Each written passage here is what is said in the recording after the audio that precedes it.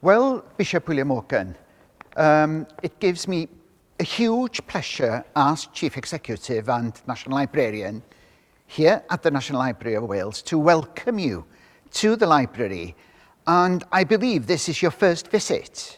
Well, National Librarian, it's an honour to be here in our National Library of Cymru, of Wales, isn't it? You see, we didn't have this kind of establishment back in my days. We didn't even have a university in Wales, and the schools were few and far between. It's wonderful to see that our nation has flourished like this by your present day. Yes, it is quite a wonderful place. Would you believe it, Bishop Morgan, that we have over 7 million books here? Oh! And your translation of the Bible, of course, is the most important publication we have here. Oh, thank you so much. Thank you so much. It's wonderful to know that there are still copies of my Bible available hundreds and hundreds of years later, of course. I know that there is one copy in my home up in Pen Machno in North Wales, and there's also a copy in my old university in Cambridge. And of course, to think that you have a couple of copies here as well in our National Library, oh, it makes my heart sing with joy. One thing that has intrigued me over the years is how Queen Elizabeth I supported the publication of the Bible in 1588. Oh yes, she was of course the daughter of Henry VIII, who hadn't been too kind towards the Welsh language, although he was from Welsh blood himself. But you see, in his Act of Union in 1536, he said that English was the natural language of these islands. Well, we knew differently here in Wales, of course, where we'd been speaking Cymraeg for many centuries before the English language came into use here at all. But his daughter was Elizabeth I, and she, fair play, was very keen on translating the Bible to Welsh, you see, because she wanted to see the families of Wales, who all spoke Welsh and only Welsh at the time, going to the Protestant churches. And she was a very clever lady. She realized that the way to attract them to the churches was for them to hear the word of God in the Bible in their own language, and not to listen to it in Latin or Greek or languages that they didn't understand, you see. Yes, that's very, very interesting, Bishop Morgan. Tell me, I'm sure it was quite a challenge for you to translate the Bible into the Welsh language.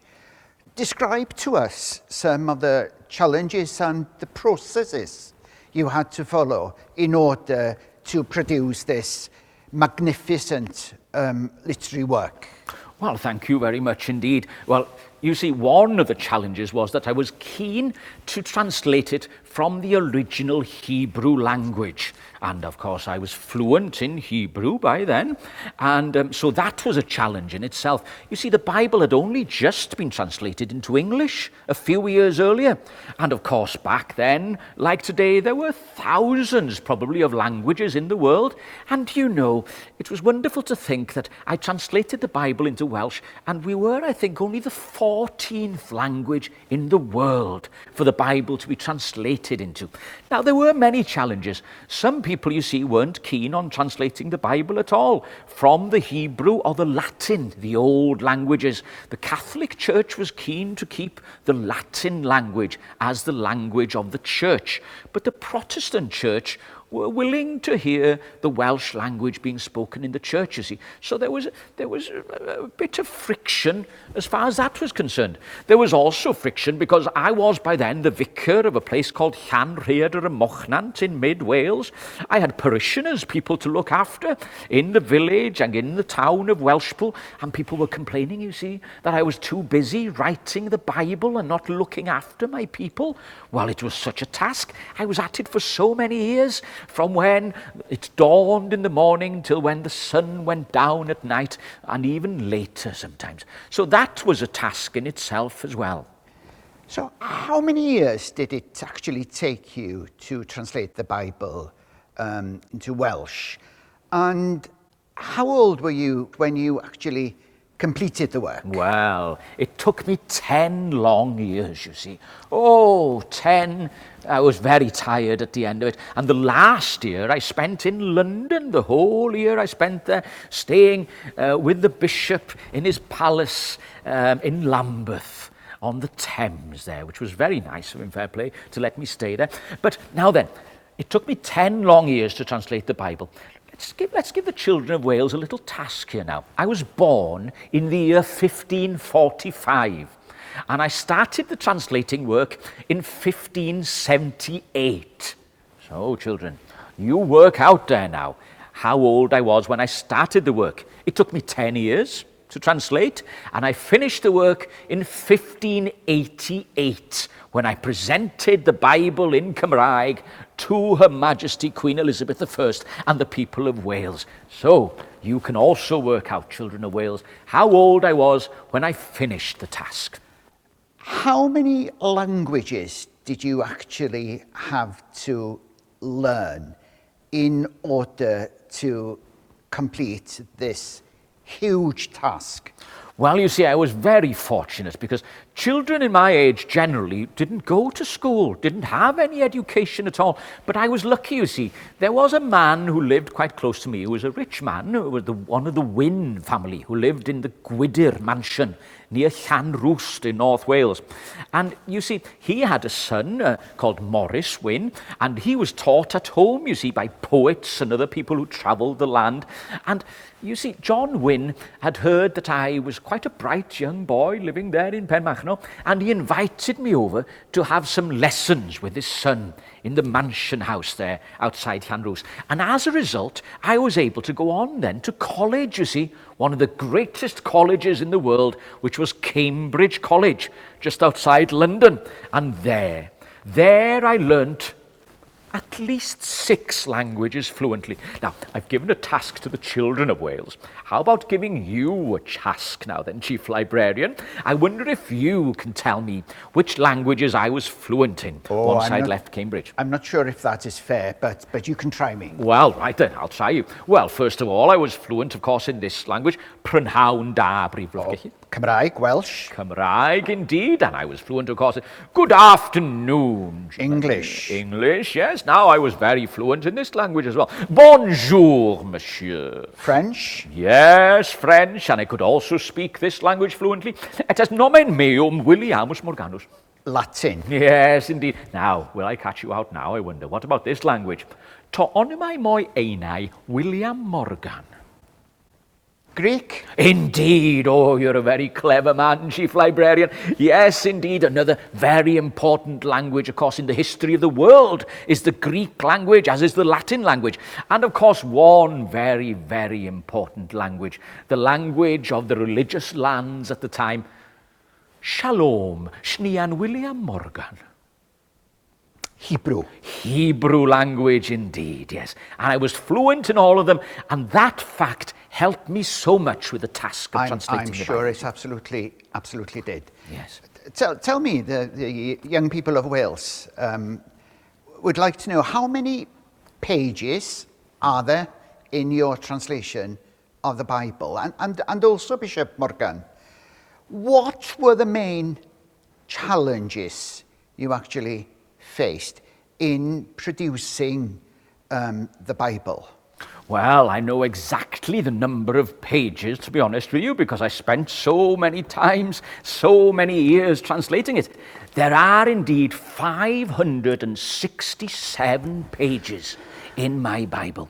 And you see, what was very difficult at the time was actually publishing that Bible. It was a very laborious task, you see, to print this Bible, and I was very lucky that I had a comfortable bed there in the Lambeth Palace so that I could rest after a long day's work. There weren't any typewriters or computers 450 years ago. No.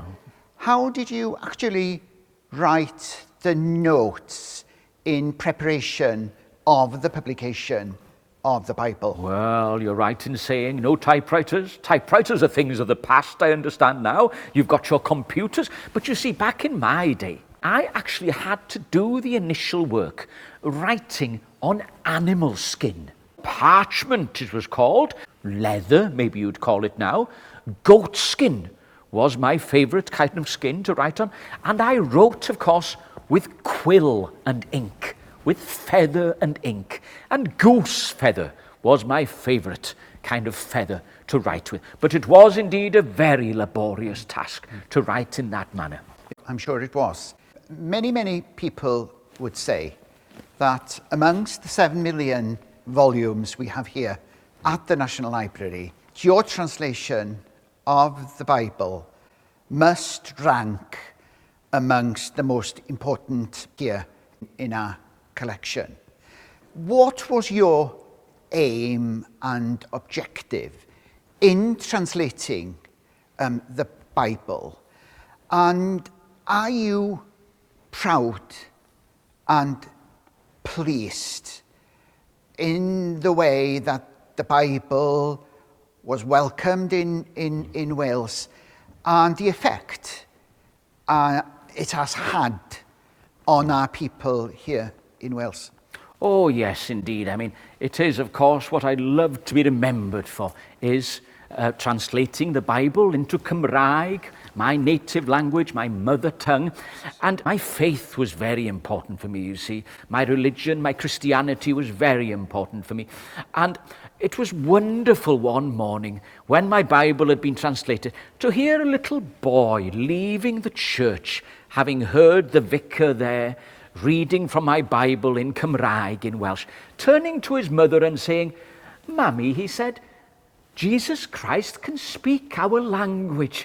And, you know, it was wonderful to hear that now my religion was so close to that young man's heart, that Jesus and God spoke in his language. Thank you, William Morgan. We have a song in Wales, a folk song, Defaid William Morgan, The Sheep of William Morgan. Can you confirm that the song actually refers to the sheep you kept in Tŷ Mawr y Wybernant when you were young? Oh, no. I've heard about this song, you see, and I've heard that this is a song that mentions sheep wandering everywhere into other people's fields and into the roads and so on. Oh, my father, John Morgan, wouldn't have let his sheep wander like that. And in fact, it was cattle more than sheep that my father kept, you see. And you know, those cattle, they were driven by the drovers all the way down to the markets in Shrewsbury and sometimes to London even. Yes, so you see, no. That song has nothing at all to do with me, and I would like to think that I am remembered for translating the Bible and not for those sheep. You are certainly remembered for translating the Bible, Bishop, but you're also remembered for the very long beard you had many years ago, which is portrayed in many pictures around Wales. Mm-hmm. Where has the beard gone? Well, you see, I only had that beard for a few years, and there was a reason why I had it. I know I've been a bit lazy these last few days coming on my holiday to Aberystwyth here to visit my old church in Llanbadarn Fawr, which was the first church where I was vicar, of course. Anyway, yes, going back to the beard. Now then, I only had that beard during the period I was translating the Bible, you see, because the fact was I was such a busy man translating that Bible, I had no time to shave, you see. After a year, the beard had grown. Well, after 5 years, you could imagine how long my beard was. And of course, that famous portrait of me has been taken at the end of the work with my long beard, yes, because I had no time at all to shave. I was such a busy man translating our Bible. Well, unfortunately, Bishop Morgan, we've run out of time, and we are very grateful to you for visiting the library this afternoon, and I hope many school children will visit the library soon to see your magnificent translation of the Welsh Bible. Well, it would be wonderful to imagine all the children of Wales one day coming here and seeing my Bible here, of course. That would give me great joy Imagine that.